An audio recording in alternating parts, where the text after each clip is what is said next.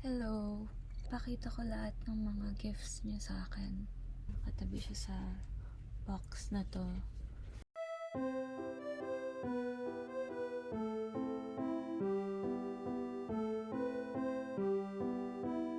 Na-amaze ako lagi sa mga drawings. Hindi ko ma-imagine na yung mga tao, dyan kayo lalaan ng time para gumawa ng art ninyo. Kahit talaga ng mga binibigay nyo, nakatabi lang sa akin.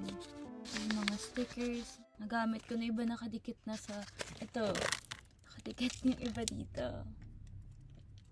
Nakadikit din siya dito. Nakadikit ko sa mga notebooks.